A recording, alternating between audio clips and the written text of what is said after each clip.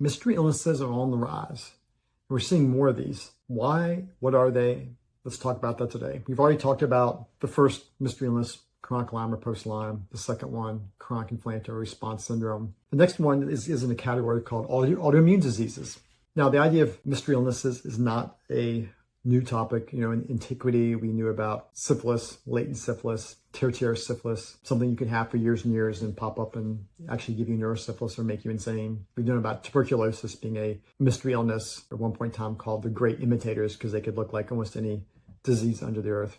Today's world, we're seeing more of these other things, and today we're going to talk about autoimmune diseases. Now, autoimmune diseases, every year there's another one or two that's been identified. As of the time of me doing this right now, there's over 120 different autoimmune diseases identified in our body. And actually, the very first severe autoimmune disease in the literature I remember learning about in medical school was autoimmune horrificus, which was a strange name to call something, but basically they, in the 1800s, early 1900s, saw people getting these really weird inflammatory conditions where the body just ate itself up. And that's what happens with the autoimmune issue. Your body attacks certain tissues, thyroid for your Hashimoto's, joints for rheumatoid.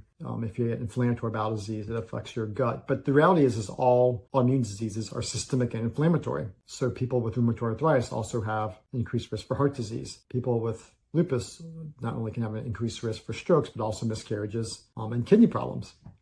And so autoimmune diseases, they have their primary target organ, thyroid, brain for multiple sclerosis, mixed connective tissue disease, dermatomyositis, polymyalgia rheumatica, a whole host of these illnesses. But ultimately, because they are inflammatory, they are systemic. And what we're seeing now with supposedly up to maybe 20% of the population over 50 having autoantibodies, you'll see people with positive autoantibodies.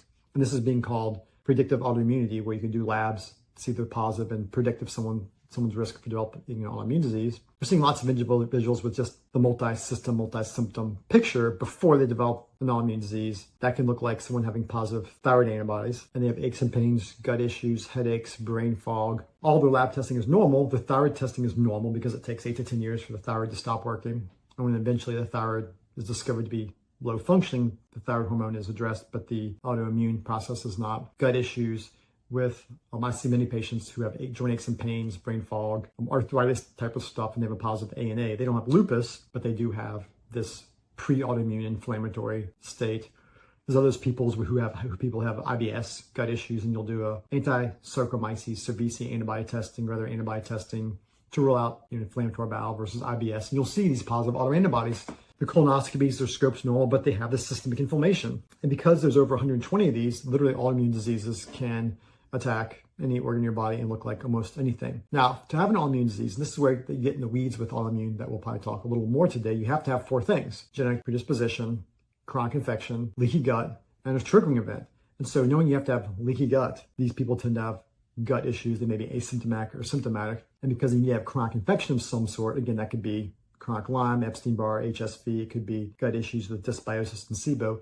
So now all of a sudden it makes sense why autoimmune illnesses can look like almost anything. They can be a great mystery illness kind of disease, especially if people aren't doing full spectrum autoimmune screening, which helps identify these. So what can be done? Well, if the first thing is if you're having a multi-system, part of the workup for these mystery illnesses, looking for infections, looking for mold, looking for autoimmune issues. And so if you do an autoimmune panel and it's positive, that's super helpful. Then you have to start working on your gut. You have to start trying to find the underlying infection. You have to start working on, if there's a trigger, if you know what something happened, it could be a stress, it could be moving into that molding or building, it could be a new job, it could be a difficult relationship.